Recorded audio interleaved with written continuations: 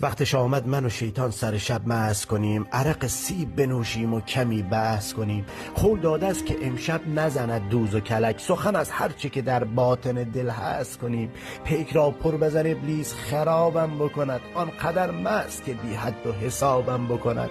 من و شیطان و عرق کاش خدا هم برسد باز پدرگونه عذابم بکند. شیطون رو مست کردم، حالا یکم حرف بکشیم از شیطون.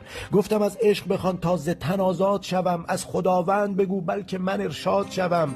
نفس از عالم فانی ز بشر دور کنم، از زمین کوچ به دنبال سماوات شوم. باز کن عقده چرا دشمن انسان شده ای، کینت چیست که از وسوسه خندان شده ای. سجده هایت همه الگوی ملائک شده بود، در نایاب سبب چیست که ارزان شده ای. ابلیس به حرف اومد، چه کس گفته که مرتد شدم و چرا با تو بشر گرم به صحبت شدم. با دهان نجست نام خدایم تو مبر، من فقط نزد خدا گیر منیت شدم. من فقط وسوسه‌ام عقل به تصمیم تویی، نقشه در فکر تویی، قدرت ترمیم تویی. در تو افکار پلیدی است که در من نبود، مهر تایید منم هر بار تنظیم تویی. مستی از دست خودت بوده خطاکار منم، عرقش را تو خریدی و گناهکار منم. من شیطان سیه روز چه کارم به تو بود، همه اعمال ز تو حال بدهکار منم. قتل و فحشا و خیانت همه تقصیر شماست، ظلم و دزدی و جنایت همه تدبیر شماست.